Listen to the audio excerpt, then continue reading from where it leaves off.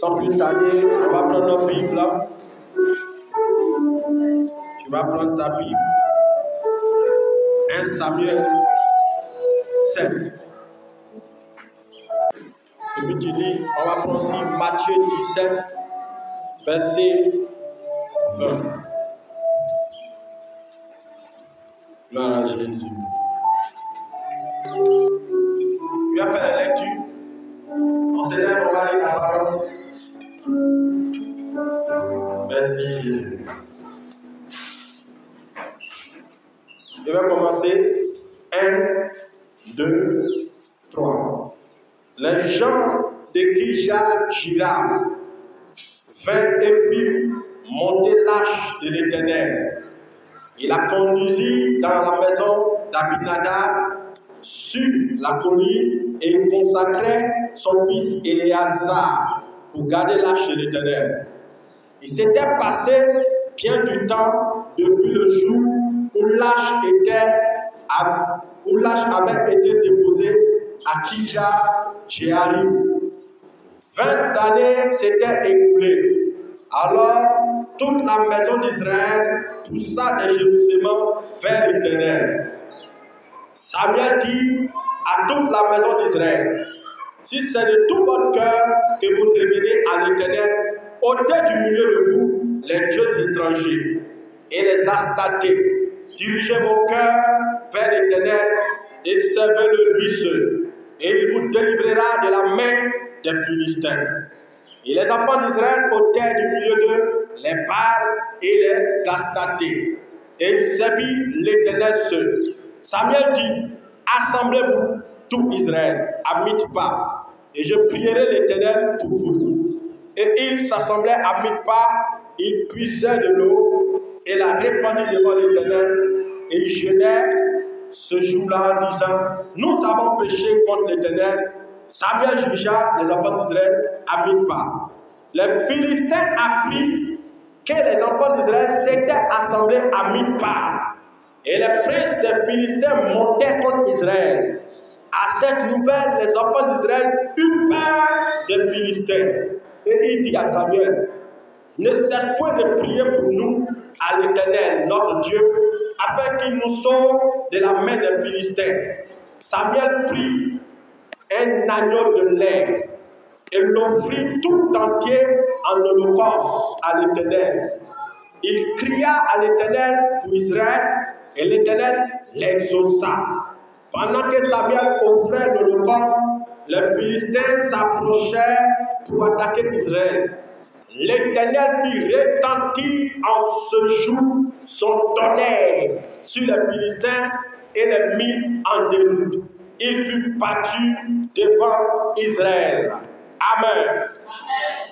Et lui, le dernier chapitre, Matthieu 17, verset 21.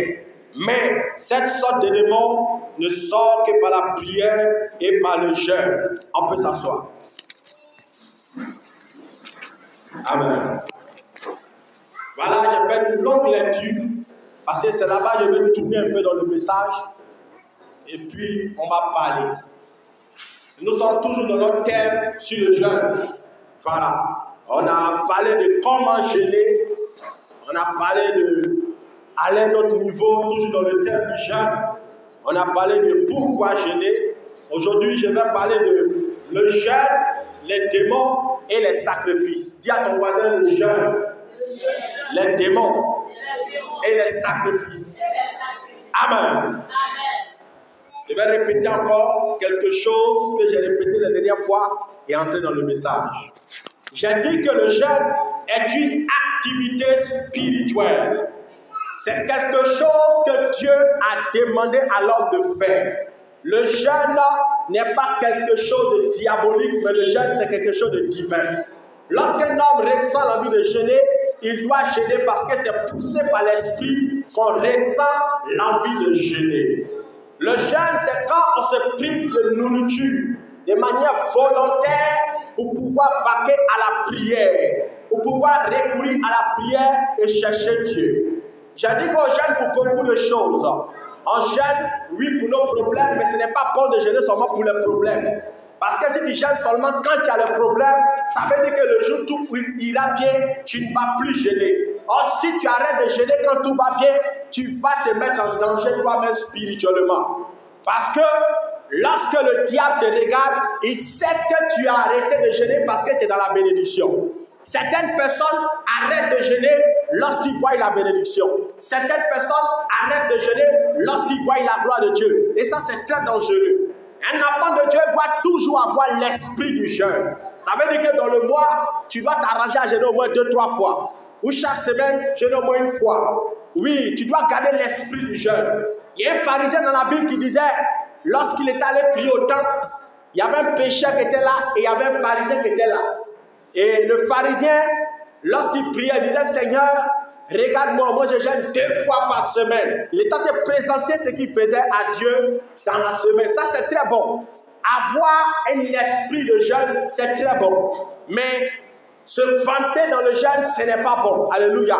La Bible déclare que cet homme-là n'a pas été exaucé. Pourquoi? Il présentait ses œuvres, il tapait sa poitrine, il se gonflait pour montrer à Dieu que lui il est plus saint que l'autre, que lui jeûne plus que l'autre. Alléluia. C'est des choses qu'il ne faut jamais faire. Il ne faut pas gêner pour te glorifier. Il ne faut pas gêner pour te vanter. Il ne faut pas aller présenter à Dieu tes jeûnes. Seigneur, tu vois, les frères là, mais je ne même pas. Dans l'église, c'est moi qui suis le plus grand jeûneur. Toi-même, tu vois, par semaine, je jeûne 1 fois quand même. Regarde la sœur là comme elle est. C'est une fausse femme. Seigneur, Dieu ne va pas t'exaucer. Parce que quand Dieu voit ça, il voit ça comme un esprit de compétition, de rivalité. Alléluia. C'est des choses que j'ai abordées, je reviens dessus parce que c'est très important. Pour ne pas que lorsque tu jeûnes, tu sortes sans exaucement. Parce que l'objectif du jeûne, c'est de sortir avec l'exaucement. C'est de là qu'on parle de l'efficacité du jeûne. On dit qu'un jeûne est efficace lorsque, pendant ou après le jeûne, on a vu quoi? L'exaucement. Si ton jeûne est efficace, où sont les résultats du jeûne? S'il n'y a pas de résultats, ton jeûne a été mal fait. Alléluia. Donc, lorsque tu jeûnes, assure-toi de jeûner dans les conditions spirituelles pour pouvoir être exaucé. Ici, on voit le peuple d'Israël. La Bible déclare qu'ils ont fait 20 ans. Ils étaient en captivité, 20 ans dominés par les Philistins. 20 ans où les Philistins les laminaient, les dominaient. Alléluia. Et la Bible déclare que lorsqu'ils ont voulu être délivrés, qu'est-ce qu'ils ont fait? Ils se sont assemblés. Avec le prophète Samuel, ils se sont mis ensemble pour jeûner. Parce que Samuel les a dit, ôtez du milieu de vous les dieux étrangers. Alléluia. Parce que les dieux étrangers dans leur vie, c'est ce qui les combattaient eux-mêmes. Alléluia. Certains parmi nous, on a des dieux étrangers en nous. Certains vont à l'église, mais vont voir des péticheurs. Ça, c'est un dieu étranger. D'autres vont voir des marabouts. Ça, c'est un dieu étranger. Les gens, ils vont à l'église, mais ils sont encore dans leurs coutumes. Ah oui, il ne faut pas danser pendant la cérémonie de notre fête hébraïque. Ça, c'est la fête traditionnelle. On ne doit pas rater ça. Alléluia. Un chrétien ne fait plus ce genre de choses que devient chrétien. C'est un dieu étranger que tu adores comme ça. Les fêtes de génération, la plupart des temps, on fait des sacrifices. Mais la plupart des temps, nous aimons aller dedans. Pourquoi? Parce qu'on veut aller fêter. Ce n'est pas dans toutes les fêtes qu'on va, mes amis. Quand tu deviens chrétien, tu dois trier tout ce que tu fais. C'est pourquoi Samuel a dit, ôtez de vous, ôtez du milieu de vous, les dieux quoi? Étrangers. Et si vous revenez de tout votre cœur à l'Éternel vous délivrera. Donc on recherche la délivrance.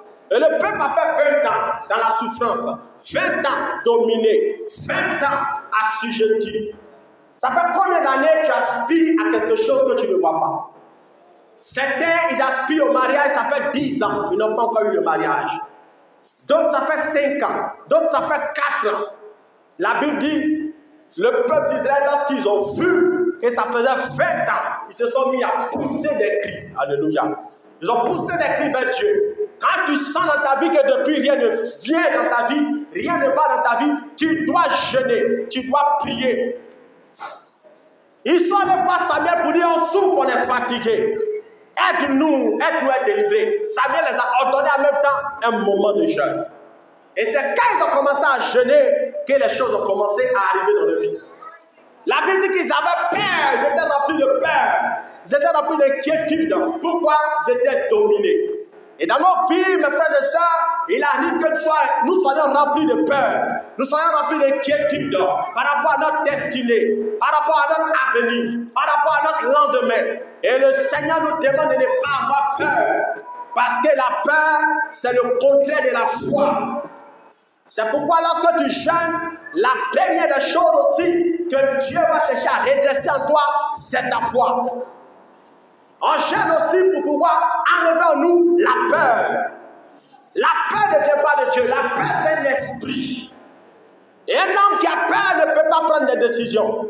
Un homme qui a peur ne peut pas passer à l'action. Un homme qui a peur ne peut pas agir. Un homme qui a peur ne peut pas rentrer en action.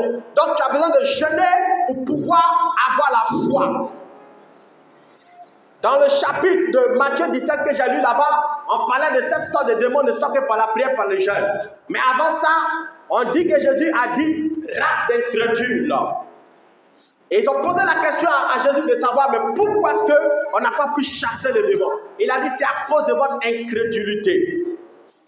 Donc, mes amis, l'incrédulité nous empêche de vaincre le diable.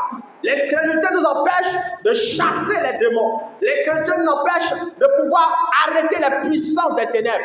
Donc, lorsqu'on jeûne, ça nous donne la foi pour résister au diable. Avant qu'un esprit ne vienne dans ta vie pour te détruire, il regarde le niveau de ton cœur. Est-ce que ton cœur est dans la foi? Si ton cœur n'est pas dans la foi, il t'attaque. Parce qu'il va s'assurer d'abord qu'il n'y a pas de représailles derrière. Parce que le diable aussi a peur des représailles spirituelles. Quand il t'attaque, il veut s'assurer qu'il va te vaincre. Et toi aussi, quand tu attaques le diable, tu dois t'assurer que tu vas le vaincre. Et pour ça, tu as besoin de jeûner. La Bible dit qu'il n'a pas pu chasser le démon parce qu'il ne jeûnait pas. Dans ta vie, il y a des esprits qui ont besoin de partir. Si tu ne jeûnes pas, la Bible déclare qu'ils ne partiront pas parce que les démons vont par un type de jeûne que tu dois faire. Le peuple a fait 20 ans de souffrance. Et toi, ça fait combien d'années que tu souffres par rapport à ce projet? Quel est le projet qui est dans ton cœur que tu ne vois pas? Peut-être que pour toi, ce sont les affaires. Peut-être que pour toi, ce sont les grandes opportunités que tu cherches, que tu ne vois pas. La Bible dit qu'ils se sont mis à jeûner. Ils ont jeûné pour enlever la peur. Ils ont jeûné pour pouvoir résister au diable. Les Philistins qui les combattaient étaient l'image des esprits qui les tenaient en captivité. Regarde dans ta vie, mon frère. Quels sont les esprits qui dominent dans ta vie?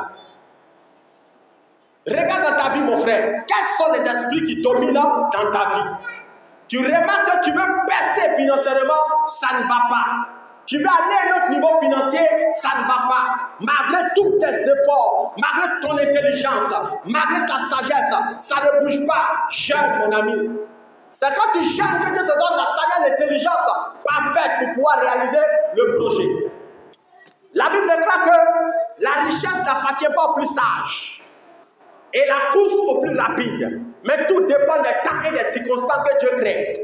C'est quand tu commences à jeûner, prier que Dieu crée les circonstances pour que tu vives ta gloire, ton miracle.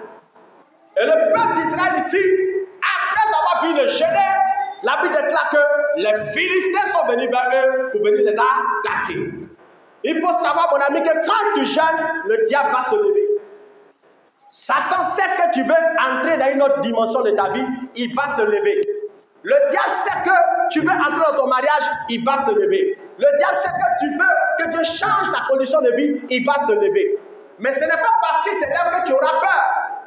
Quand il se lève, tu es déjà debout dans le jeûne, il sera vaincu. La Bible déclare que pendant qu'ils étaient en train de jeûner, prier, l'Éternel a fait tomber un tonnerre dans le ciel. Il y a un tonnerre qui a retenti. Et quand le tonnerre a retenti, le peuple philistin a été troublé par le tonnerre et les Israélites ont réussi à les battre. Prier et jeûner, c'est permettre à Dieu de prendre des décisions dans le monde spirituel par rapport à ta vie. Prier et jeûner, c'est mettre en déroute les puissances des ténèbres. Comme je l'ai dit la semaine passée, la plupart des temps, nos vies sont bloquées par les esprits. Nos vies sont bloquées par les démons. Nos vies sont arrêtées par les puissances maléfiques. Et on doit prier. Alléluia. Parce que le monde dans lequel nous sommes est un monde des esprits. Si tu ne pries pas, tu seras vaincu par les démons. Et si tu pries, tu seras résisté par le diable. Alléluia. Donc soit tu pries, ou soit tu ne pries pas, il y aura toujours une attaque. Donc il faut toujours être prêt pour pouvoir résister au diable dans le jeûne et dans la prière. Certaines malédictions que nous vivons dans nos vies sont liées à des esprits. Et on a besoin de prier, de jeûner, comme le peuple d'Israël. Alors, tous ceux qui sont en train de jeûner, vous pouvez remarquer que pendant vos jeûnes, vous avez vécu des choses. Certains même, c'est pendant qu'ils étaient en train de beaucoup jeûner, prier, c'est là pendant la nuit même qu'ils ont rêvé même aux esprits de mort. Quand tu jeûnes, le diable se lève. Mais ça ne veut pas dire qu'il va te vaincre. Il se lèvera pour te combattre. Mais la Bible déclare qu'ils viendront vers toi par un seul chemin, mais ils partiront par 7 autres chemins. Alléluia. Donc le diable peut venir t'attaquer, mais toi tu auras le dessus sur lui. C'est pourquoi tu dois prier et jeûner. Tu remarques dans ta nuit, mon frère, que tu causes beaucoup avec des personnes qui sont décédées. Peut-être c'est avec ton oncle que tu causes. Peut-être c'est avec ta tante que tu causes. Peut-être c'est avec ta papa ou ta maman qui cause. C'est une puissance de la mort que tu dois arrêter dans ta vie. Quand tu vois ce genre de choses, ne t'assois pas pour dire ah, la nuit là, mon oncle est venu causer. Non, c'est un esprit de mort qui est venu vers toi et Dieu vient de te le présenter comme ça. Quand cet esprit est dans ta vie ne va pas décoller, ta vie ne va pas avancer. Dieu est en train de te faire savoir qu'il y a la présence des ténèbres que tu dois combattre contre ça. Regarde tes nuits, regarde tes rêves que tu fais. La plupart des temps, nous voyons beaucoup les femmes nous apparaître dans nos rêves. Tu dois prier. Tu vois les esprits d'hommes de nuit venir. Tu dois prier. C'est un signe que tu es marié en esprit. Si tu es marié en esprit, il y a des choses que tu ne verras pas. Il y a des souffrances que tu vivras. Il y a des blocages que tu vivras. Tu dois prier contre ça. Un esprit de nuit qui vient vers toi, il t'arrache tes bénédictions. Et si tu arraches des bénédictions, tu ne peux pas vivre la gloire de Dieu. Tu dois prier contre les forteresses, contre les esprits de la nuit. Regardez par exemple, c'est vrai que tu acceptais Jésus. Certains même parmi nous-mêmes, ils n'ont pas même des rapports sexuels et se sanctifient. Mais ça n'empêche pas quand même les esprits d'hommes de nuit, des femmes de nuit de venir vers toi. Quand j'étais chrétien, ça m'est arrivé. Je me sanctifiais beaucoup. Quand j'ai donné ma vie à Jésus, je me suis consacré. Malgré ma consécration, je voyais des femmes venir dans la nuit, qui sortaient avec moi. Vous savez, souvent c'est dû à quoi? C'est dû à ton passé. Quand avant de connaître Jésus, tu as connu des hommes ou bien des femmes, il faut savoir que tu es lié à eux en esprit par des démons. Et c'est des choses que tu dois casser. La Bible dit à 1 Corinthiens 6 que lorsqu'un homme se livre à une prostituée, les deux deviennent une seule chair. Donc, combien d'hommes avec qui tu as été avec hier? Tous les hommes avec qui tu as été, ils ont jeté quelque chose en toi. Tu imagines, mon frère, que certains parmi eux avaient été bien maudits. Tu as rencontré des hommes qui ont touché du fétichisme, qui ont été sur des hôtels sataniques. Quand la personne est allée avec toi, tout ce qu'il transportait t'a transféré. C'est comme ça. Donc, il y a un lien qui s'est tissé entre toi et lui. La Bible déclare que les deux deviendront une seule chair. Donc, même si ça fait 5 ans qu'il n'est plus à lui, remarque souvent, quand tu dors, tu le vois dans ton rêve. Il vient même vers toi avec son image. C'est pas lui, c'est un esprit. Le jour où il y a eu le contact là, l'esprit est rentré. Et qu'est-ce que tu dois faire? Tu dois arrêter ça. Tu dois combattre ça. C'est pas un bon esprit, c'est un démon. Lorsque tu te retrouves en train d'avoir des rêves dans ton passé, ou tu te revois avec ton ex et tout ça, c'est un signe de retard dans ta vie. Le diable est en train de te mettre en retard. Le diable est en train de t'empêcher de vivre quelque chose. Et lorsque le diable sort avec toi en esprit, il prend des grâces. La Bible dit par exemple en Proverbe 31 verset 3, il dit ne livre pas ta vigueur aux femmes, de peur que tu ne livres ta vigueur à d'autres et tes années à un homme cruel. De peur que des étrangers ne se rassasient de ton bien. Tu vois, la Bible déclare que quand spirituellement, ces gens de choses se font, ils prennent tes années de vie, ils prennent ta richesse, ils prennent ta gloire. Toutes les fois où tu avais un esprit est rentré dans ta vie et est sorti avec toi, ça n'a pas été en vain. Il a pris quelque chose. Il a pris la grâce. Il a pris la faveur. Mais toi, tu dois te lever pour riposter et récupérer. Si tu ne le fais pas, mon frère, il y a des choses que tu ne vivras pas. Je me souviens, une année étant très jeune, j'ai prié pour me libérer vraiment de cet esprit parce que j'en avais marre.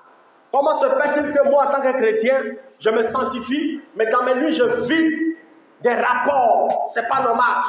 Et je m'étais enfermé, j'ai jeûné, prié. Je vous assure, pendant tout le moment du jeûne, j'étais visité par le démon. Ah oui, tu peux être en train de gêner, puis tu es visité par un esprit de femme de nuit.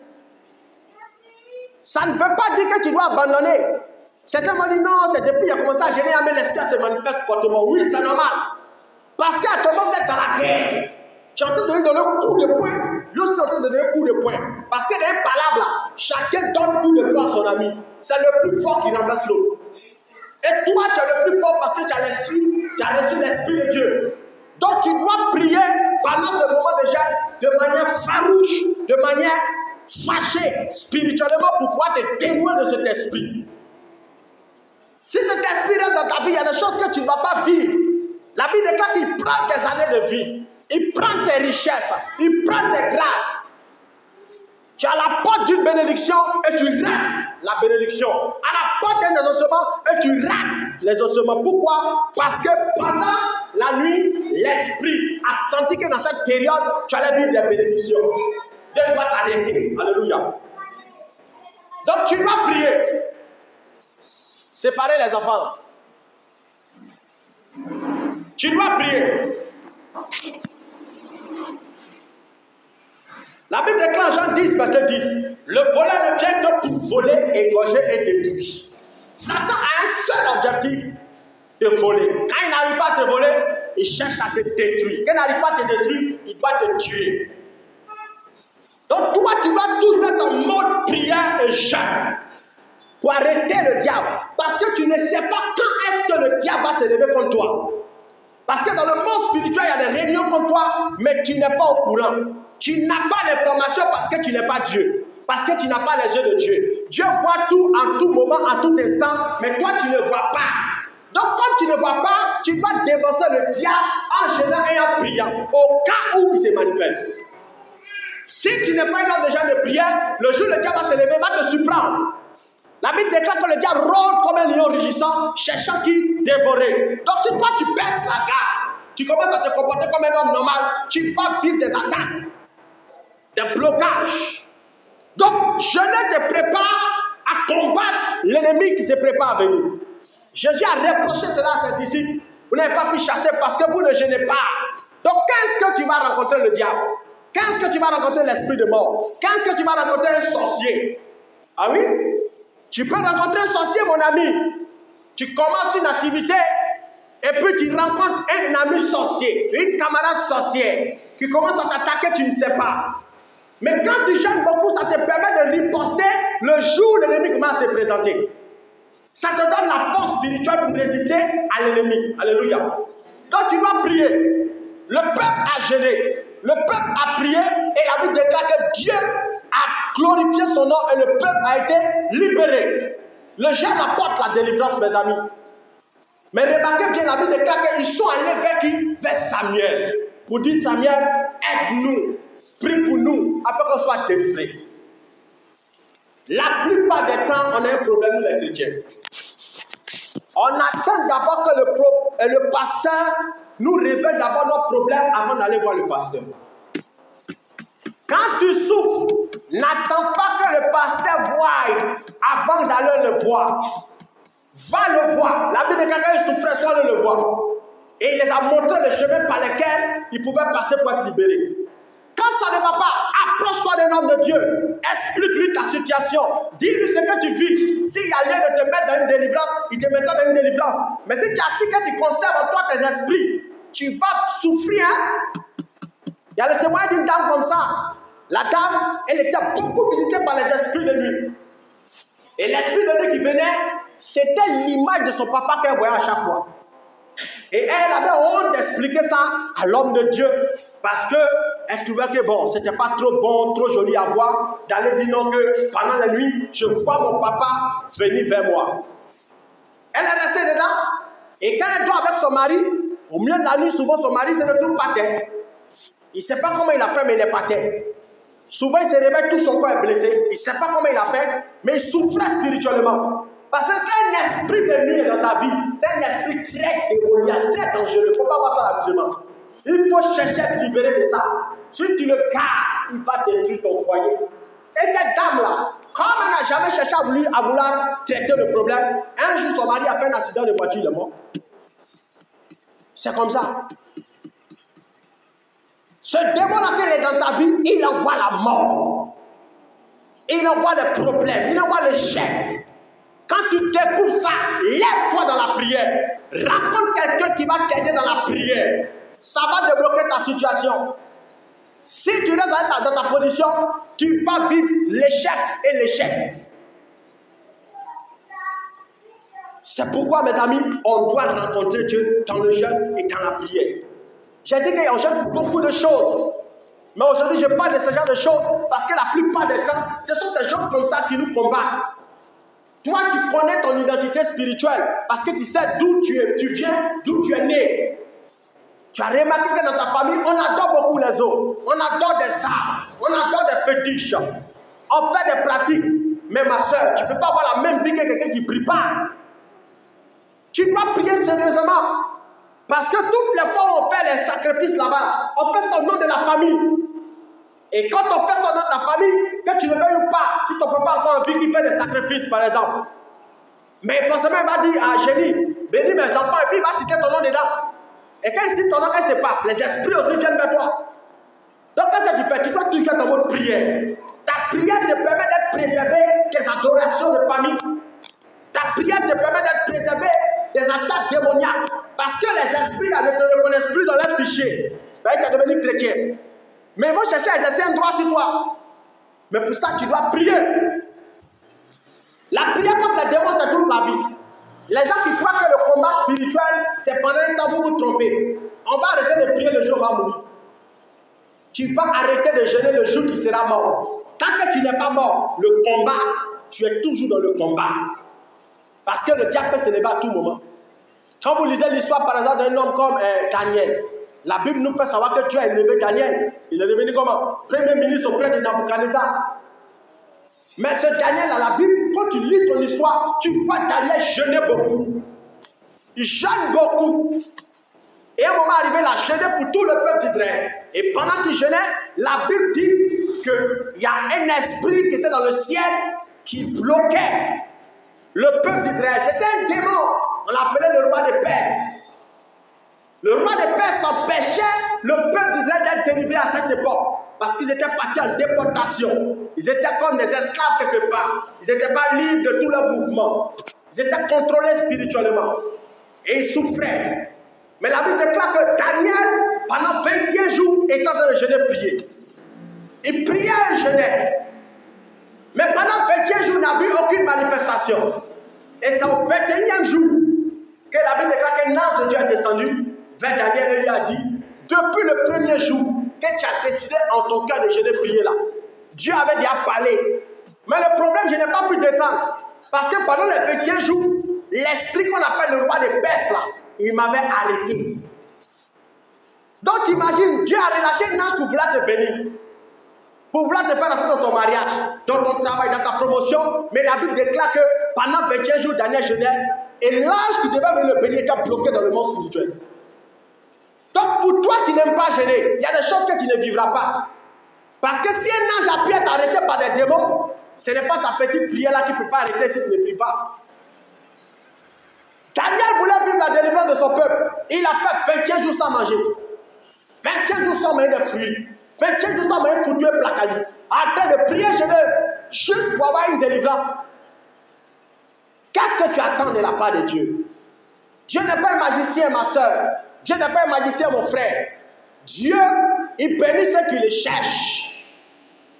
Est-ce que ce temps dans lequel nous sommes, est-ce que tu t'es mis à part pour chercher Dieu?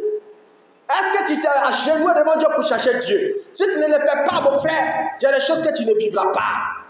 Si un ange de Dieu a été arrêté pendant 21 jours de jeûne, et toi qui ne jeûnes pas, et toi qui ne pries pas, ça veut dire qu'il y a des choses que tu ne vivras pas. C'est pourquoi tu vas recourir à la prière et au jeûne. Quand tu sens que ta vie est bloquée, prie et jeûne. Quand tu sens que rien ne va dans ta vie, prie et jeûne. Si tu ne jeûnes pas, ta vie n'ira pas de l'avant. Tu dois recourir à la prière. Tu dois recourir au jeûne. Le jeûne te permet de vivre l'atmosphère des anges. Parce que l'ange Gabriel est descendu. Et la Bible nous fait savoir que même Michael est venu en renfort quand c'était chaud. Tu as besoin de renfort spirituel.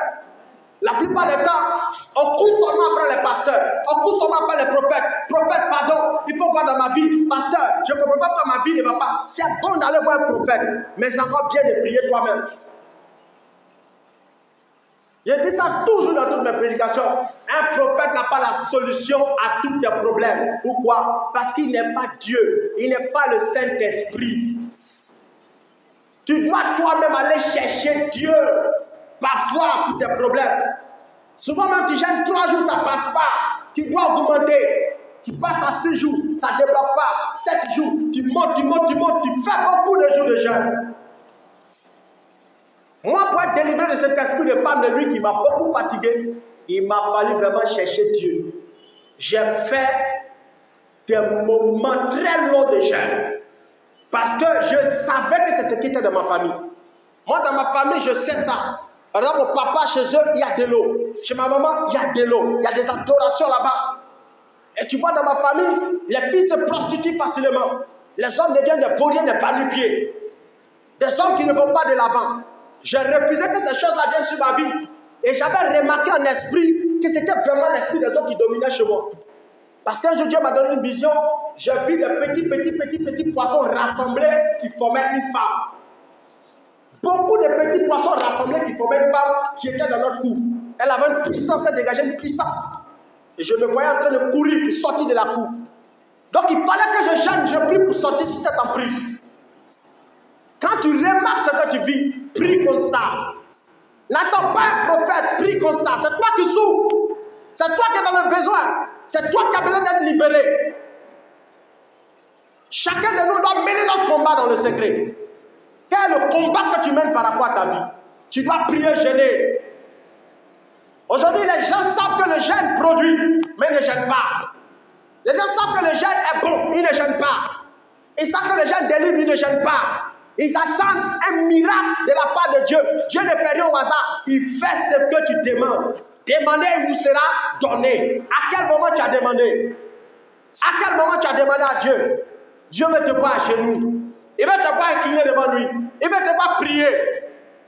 Aujourd'hui, les familles sont détruites par les esprits, détruites par la prostitution, détruites par l'homosexualité. Où sont les chrétiens?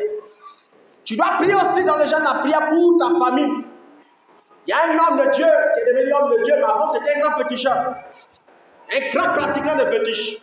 Le jour où il est entré en Côte d'Ivoire, il avait dans son sac des têtes d'hommes, des bras d'hommes.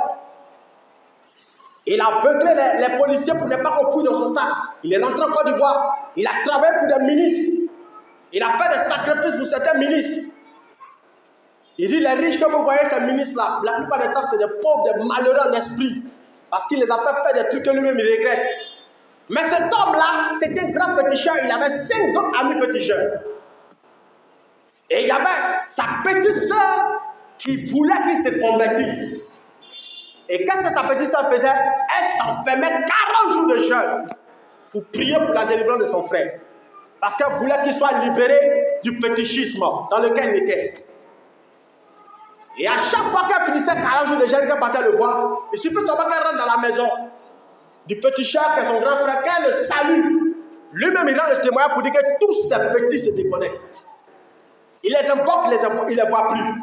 Il est obligé de retourner au cimetière pour aller faire des incantations, des sacrifices pour que les esprits reviennent. C'est comme ça la fille faisait jusqu'à ce que cet homme-là, un jour, soit frappé par la puissance de Dieu et puis il a été délivré. Souvent, on regarde nos frères mourir. On regarde nos frères mourir. On sait spirituellement que certains parmi eux sont malades. Certains parmi eux pratiquent la sorcellerie. Certains parmi eux pratiquent la prostitution. Mais qu'est-ce que nous, en tant qu'Église, on fait? La Bible dit que nous sommes la lumière du monde. Mais on doit jamais prier aussi pour nos frères. Est-ce que tu pries, tu jeûnes pour les délivrer des démons qui les animent? C'est ça. Beaucoup parmi nous sont conduits par les démons. Est-ce que tu jeûnes, tu pries pour que tes frères et tes soeurs soient libérés? C'est ça. Quand tu jeûnes, tu permets à Dieu de passer par toi pour libérer ta famille. Et s'il libère tes frères et tes soeurs, il te bénira aussi. Les gens n'aiment pas jeûner pour leurs frères. La plupart du temps, on prie seulement pour nous-mêmes. On prie seulement pour nous-mêmes, on prie seulement pour nos mariages, on prie seulement pour notre travail. C'est bon de le faire, mais c'est mauvais de prier seulement que pour toi. Prie aussi pour tes frères.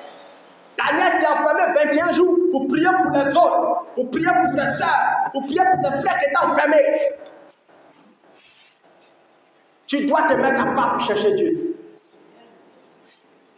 Il y avait un autre témoignage d'une sœur. Elle a remarqué dans sa famille que le mariage ne venait pas. Elle était en train d'aller vers 40 ans. Et dans sa famille, personne ne travaillait. C'était dur. Et la seule sœur a décidé que cela change. Elle allait s'enfermer quelque part, 21 jours de jeûne, en train de prier, jeûner, chercher Dieu. Et à force de prier, elle a demandé à Dieu de leur donner du boulot. Et pendant les 21 jours de jeûne, Dieu l'a exaucé en lui disant, à partir d'aujourd'hui, voici le concours que toute la famille vous devez passer. Et après son jeûne, les gens commençaient à passer ce concours-là et tous ont commencé à voir. Il y a des choses, si tu ne fais pas, tu ne verras pas. Certaines délivrances ont besoin d'un prix à payer dans le secret. Ta famille est sous le poids des esprits. Tu dois prier, jeûner pour eux. C'est toi que Dieu a choisi pour les libérer. Si tu ne fais rien, vous tous vous serez dans le même lot. Ta vie ne sera pas différente des païens de ta famille. Tes frères qui n'ont pas encore accepté Jésus sont dominés par les démons. Toi aussi qui es chrétien, tu es dominé par les démons. Non, on doit voir la différence. Et le salut doit venir par toi. Et ce salut vient quand tu commences à chercher Dieu. Est-ce que tu cherches Dieu? Est-ce que tu pries réellement? Est-ce que tu jeûnes? Alléluia. Tu dois jeûner. Quand tu lis la suite du texte qu'on a lu, la Bible déclare que pendant que Samuel est en train de jeûner le peuple et que lui-même l'a jeûné, il ne s'est pas arrêté seulement à jeûner. Vous savez, jeûner c'est bon, prier c'est bon. Mais finir son jeûne seulement avec le jeûne, ce n'est pas bon. La Bible déclare qu'il a offert un agneau de lait. Il a pris un agneau de lait qu'il a offert en holocauste. L'holocauste c'est quoi? C'est lorsque tu prends un animal, tu le brûles tout entier. Tu le rends comme de la cendre, comme sacrifice devant Dieu. Donc quand tu jeûnes, il ne faut jamais finir ton jeûne. Amen. Fais toujours une offrande à la fin. C'est très très important. Le tonnerre qui a eu lieu là, la Bible dit c'est quand il a fini d'offrir l'holocauste que le tonnerre a retenti. Jeûner et finir son jeûne sans faire d'offrande, surtout les longs moments de jeûne, ce n'est pas bon. Comme je l'ai dit, il y a un niveau où ta prière t'envoie. Il y a un niveau aussi où ton jeûne t'envoie. Et il y a aussi un niveau où ton offrande t'envoie. Si tu jeûnes seulement, tu pries seulement, tu risques peut-être même de vivre le blocage, malgré ta prière. La Bible dit, quand Daniel est en train de jeûner, quand il lit Daniel 9, verset 21, il dit, à l'heure de l'offrande du soir, il dit, pendant que je priais dans ma prière, à l'heure de l'offrande du soir, l'ange Gabriel vint vers moi d'un vol rapide. C'est quand l'heure de l'offrande est arrivée que Daniel a vu l'ange Gabriel venir vers lui à la vitesse de l'éclair. Donc quand tu jeûnes, tu dois faire aussi une offrande. Une offrande pour pouvoir sceller ton jeûne. Une offrande pour pouvoir rendre ton jeûne encore plus agréable. Parce que Dieu aime les offrandes. Dieu, lorsqu'il voulait libérer le monde entier, il n'a pas libéré seulement le monde par la parole, en disant soyez sauvés. Non. Il n'a pas libéré seulement le monde par le jeûne de Jésus. Non. Quand Jésus a fini de jeûner 40 jours, c'était bon. Il a vécu la puissance de Dieu. Mais ce n'était pas suffisant. Il fallait que Dieu lui-même le donne en sacrifice pour que toute la terre soit sauvée. Si tu n'offres pas, il y a des délivrances, tu ne vivras pas. Jésus étant dans son corps, ne pouvait pas délivrer tout le monde en même temps. Il avait besoin de rentrer dans la dimension esprit. Pour ça, il fallait qu'il se serve lui-même. Pour avoir encore plus de résultats. Quand tu veux beaucoup plus de résultats, il faut que après ton jeûne, tu sèmes. Quand tu ne sèmes pas, ce n'est pas bon. Parce que tu risques, malgré ton jeûne, de vivre un petit blocage quelque part.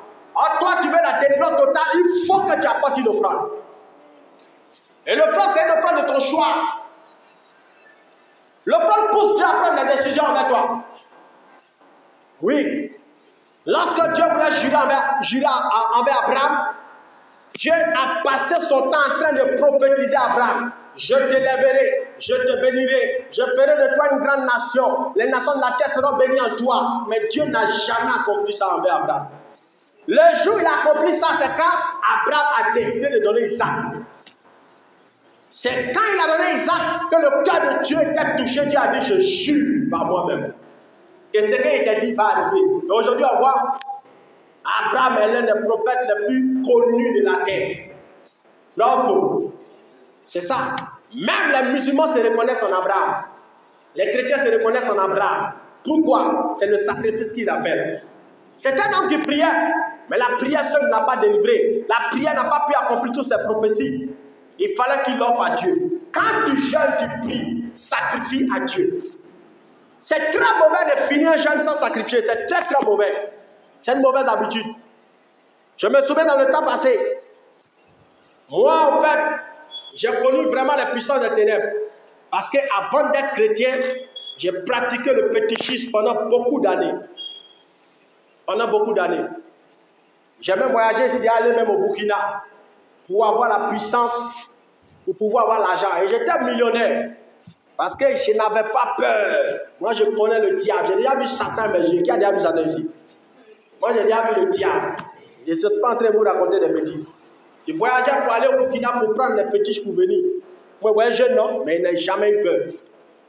Mais, quand j'ai fini de donner ma vie à Jésus, imaginez les combats que je vivais. Des esprits m'apparaissaient, des démons me combattaient, j'étais pourchassé. Et je me souviens que pour vivre certaines des délivrances que j'ai vécues, il m'a fallu faire des offrandes après des moments de prière. Et un jour après un moment de prière, qu'est-ce que j'ai fait? J'ai pris un de mes congélateurs. Et puis ça allait pour offrande. Il ne faut pas me suivre si tu n'as pas la foi. J'ai pris mon congélateur, j'ai donné à Dieu comme sacrifice. À l'époque, j'étais à ma mère spirituelle, elle était étonnée. Elle me voyait beaucoup faire des sacrifices. Elle ne comprenait pas. Moi, j'étais habitué à sacrifier. Moi, on ne m'a pas appris le sacrifice à l'église. J'ai appris ça dans les loges mystiques, dans les œuvres diaboliques. Parce que j'ai découvert que les sacrifices parlent. Ça parle plus que nos prières. Ça parle plus que nos jeûnes. Quand tu jeûnes, tu pries, accompagne ça des sacrifices. Et quand j'ai donné le congélateur la nuit et ça allait dormir, j'ai vu un arbre de la famille paternelle chez moi qui s'est cassé en deux. L'arbre là, c'était un autel sur lequel ma vie était bâtie. Ma vie était liée. Vous voyez? Quand tu jeûnes, tu pries. Il y a une délivrance que tu vivras. Mais quand tu donnes à Dieu, il y a d'autres délivrances que tu vivras. C'est comme ça. Une fois, j'ai pris de prier, jeûner. J'étais allé rencontrer un homme de Dieu. Et quand je suis rentré là-bas, on a eu à causer, on a fini de causer. Moi, il voulait partir. Il m'a dit, il faut faire une offrande. Il a voulu faire, il dit, prends tout ce qui est dans ta poche. Alors, donne-moi tout ce qui est dans ta poche. Oh, ce jour-là, c'était tout ce qu'il y avait comme argent pour manger. Il n'y avait rien à la maison, c'était chaud. On m'a comment le soir, acte de foi, j'ai pris l'argent, je lui ai donné, j'ai marché pour aller à la maison. Vous voyez? Si vous voulez vivre cette délivrance, soyez prêts. Ce n'est pas seulement la prière, ce n'est pas seulement le jeûne, l'offrande, le sacrifice.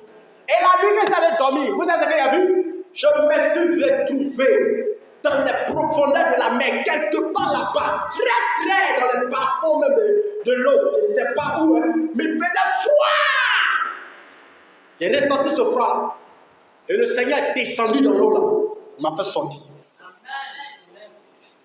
Il y a certaines délivrances que vous ne vivez pas parce que vous n'aimez pas donner. La plupart du temps, on dit, pasteur, trop follet. C'est toi-même qui es en train de bloquer ta vie. C'est des choses qui sont bibliques. Le sacrifice est important. On ne prie pas seulement, on ne gêne pas seulement. Moi, c'est des choses que Dieu m'a enseignées personnellement. Parce que j'ai entendu la voix de Dieu comme ça. Il y a une période dans ma vie, je priais beaucoup, frère. Je prie le matin quand le soir, je prie le 8 heures du temps, 7 heures, 5 heures, je prie beaucoup. Et le Seigneur m'a parlé, m'a dit, ne prie pas seulement, fais aussi des offrandes. Vous devez apprendre à donner comme je dis. Si vous ne donnez pas, il y a des éléments que vous n'allez pas vivre. Il y a une femme qui a vu la délivrance de sa fille comme ça, sa fille était devenue folle. Comment l'enfant a été délivré? Sans imposition des mains. Elle a pris seulement l'engagement d'offrir 100 000 à Dieu. Mais la femme, elle a tchépé. On ne peut pas voir son argent, elle est pingre. Comme sa fille est devenue folle, c'est chaud. Au départ, les pasteurs chassaient le démon. Ils chassent pas, casse, brise, bombardent. Ils ne bougent pas. Il dit, mais le pasteur le connaît la l'onction, l'enfant n'est pas délivré. Et Dieu merci, le Seigneur dit à l'homme de Dieu, dit à la femme de PME, elle n'a qu'à s'engager à faire une offrande. Elle dit, je donne 100 000. 100 000, c'est tous ces milliards. Parce que la femme, elle est ping. Dès qu'elle a pris seulement l'engagement, elle n'a même pas encore donné. Parce qu'elle a dit à son cœur, je donne. Sur le champ, la vie a été libérée. La folie est partie. C'est ça. Quand tu sens que ta vie est attaquée, rien ne va. Quand tu jeûnes, tu pries, fais offrande. Tout ce qui t'a prêché depuis les semaines passées, si tu ne scelles pas ça offrande, tu es en train de te fatiguer. Il y a des choses que tu ne vas pas vivre. Il y a des choses que tu ne vivras pas. Depuis qu'on rentre à la maison d'un petit chef, puis on ressort les bras vides. Quand tu lances un petit chef pour aller le boire par rapport à tes problèmes, tu vas sacrifier, tu vas faire couler le sang. Tu as versé le sang d'un mouton, d'un cabri, d'un poulet. Tu vas tuer quelque chose ou bien tu vas faire sacrifice de gnomi. Si tu n'as pas fait sacrifice de gnomi, tu vas aller donner des pièces d'argent aux mendiants. Bravo! Ah oui, c'est ce qui se passe dans le monde spirituel. Si vous n'avez pas cette culture-là en vous, et les gens n'allez pas vivre, vous n'allez pas vous prier. Vous n'allez pas vivre totalement la délivrance. La Bible dit que c'est à l'heure de l'offrande, lorsque Daniel dit dans ma prière, pendant que je priais, à l'heure de l'offrande du soir, l'ange est venu d'un vol rapide. Donc ton offrande aussi attire certains anges. Dans le cas de Samuel, on dit après avoir fait l'holocauste, le tonnerre a grondé. Quand le tonnerre a grondé, tous ses adversaires commencent à se disperser. C'est ça. Apprenez à chasser les démons aussi à les offrandes. Ne priez pas seulement. Pas, chasse, casse, brise, depuis bouge pas pour offrande. Pour commencer à vivre certaines délivrances, c'est ça. Cet esprit d'homme de nuit qui te combat. Même quand tu luttes pour le tonnerre, tu veux pas qu'il sorte avec toi, mais à la fin il sort. Fais une offrande. Prie, jeûne, fais une offrande. Si tu ne fais pas ça, tu vas voir ta vie être toujours bloquée. Tu vas voir toute ta vie être bloquée. Tu vas entrer dans le mariage. Tu vas apprendre à s'aimer aussi quand tu jeûnes. Il y avait une dame dans notre église avant. Cette dame-là, les gens se mariaient. Et elle était là depuis 40 ans. Elle était là à 40 ans.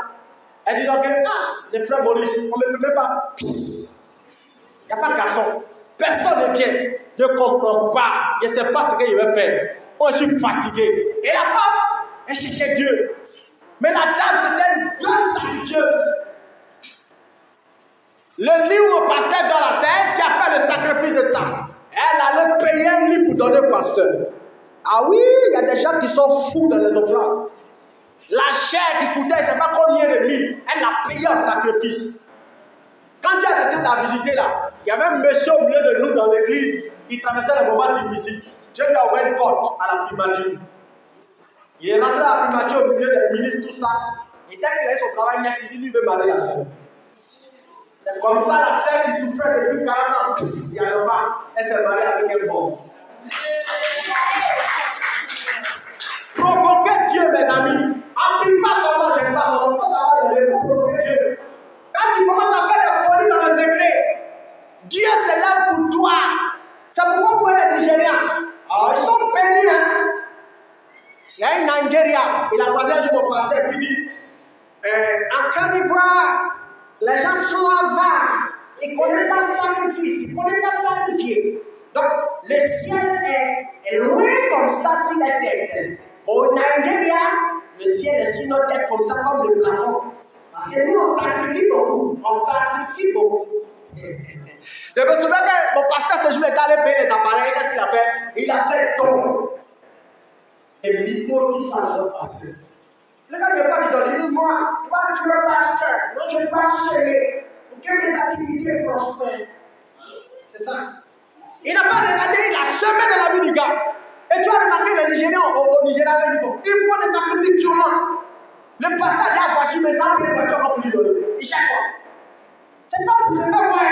Il a compris le sens du sacrifice. Ce ne sont pas seulement les gens qui jettent du prix. Remarquez bien au Nigeria, la puissance de Dieu est là. On voit des miracles authentiques. Encore une fois, on voit quoi? Je vois, j'entends, pendant que je parle, l'esprit me montre la vie. C'est ça, moi. Maintenant, tu viens de prophétiser là, il n'y a pas de rien. Et tu laisses le prophète avant qu'il court, tu dis, mais moi, le prophète Mathieu, il a dit, non, tu sais, pendant que je parle, l'esprit me montre. Je vois la source de tes problèmes, la sœur, on va faire pour toi la délivrance. Tu viens en fait la délivrance, tu viens les mains vides. Donc, il va finir vidé. Au lieu qu'on va faire des lois pour te changer pour te vide, ben tu es payé. Tu ne sais pas frère. C'est ça.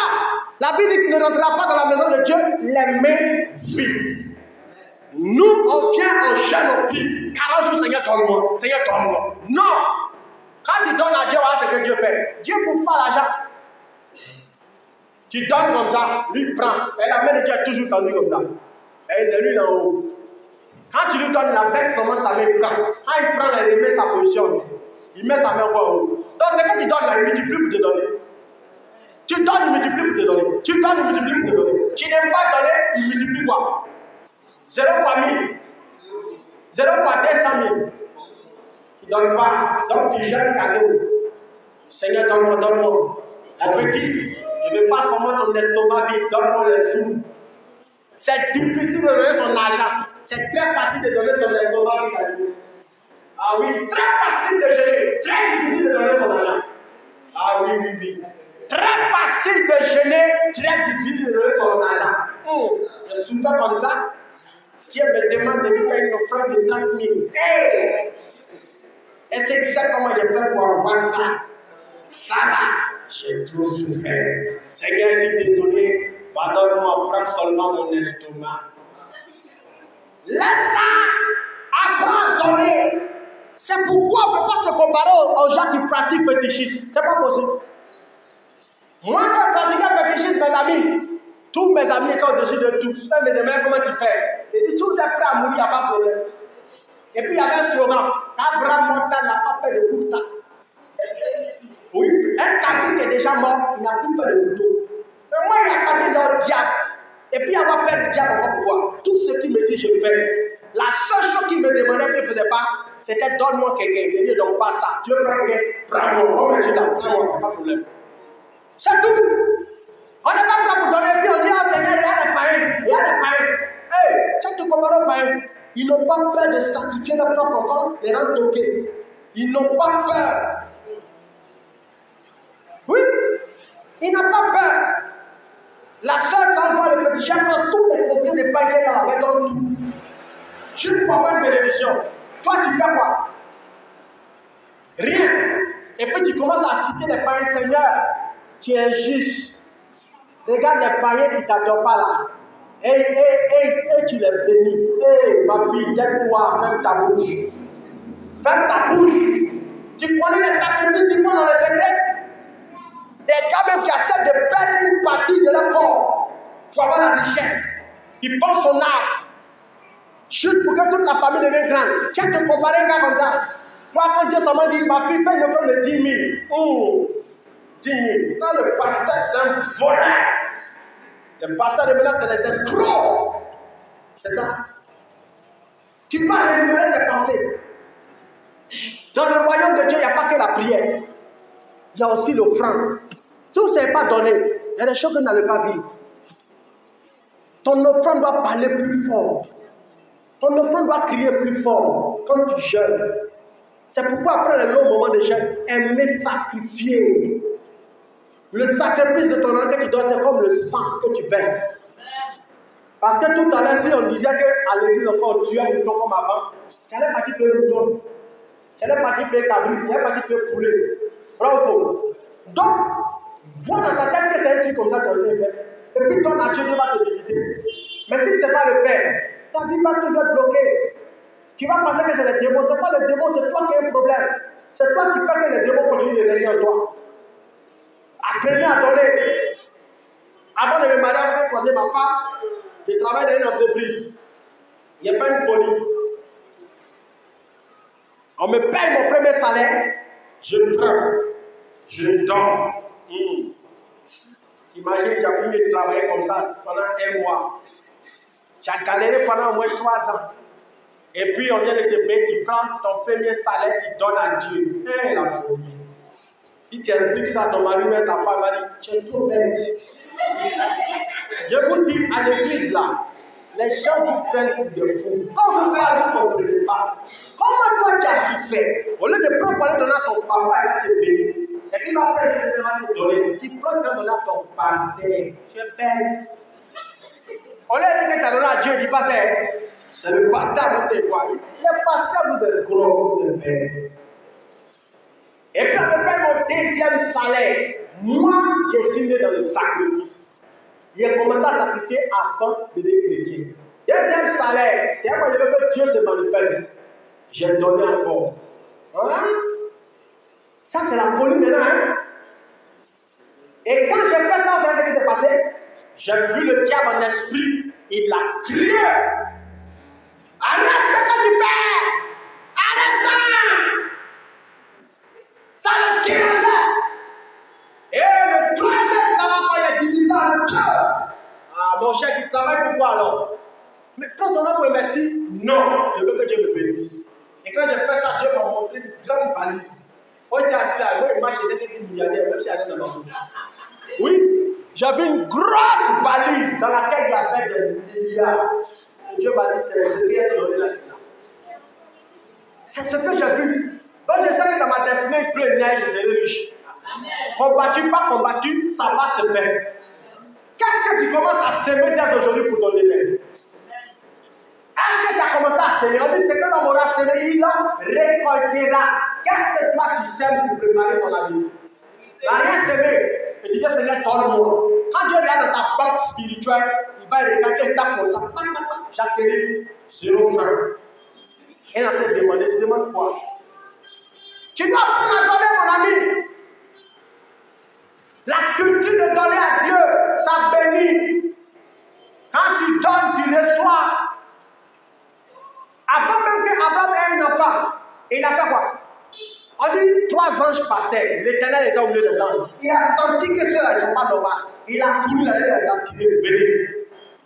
Il dit non, ça va Sodome. Il dit non, venez chez moi. Quand les abus sont bons, ils sont rentrés chez lui. Il a donné de l'eau, ils ont bu. Pour donner l'eau aux gens qui viennent chez toi, c'est trop facile. Payer de l'eau sans faire de l'eau au pasteur, ça c'est quoi? C'est rien. Même le plus piqué peut faire ça. Et il ne s'est pas arrêté là. La Bible dit qu'il allait prendre un veau gras.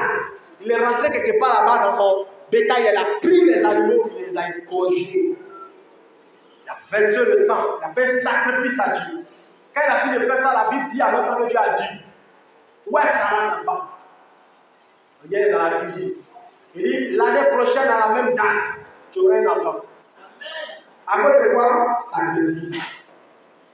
Est-ce que nous, on sait donner? Tu pries seulement, tu ne donnes pas. Non, la vie n'est pas avancée.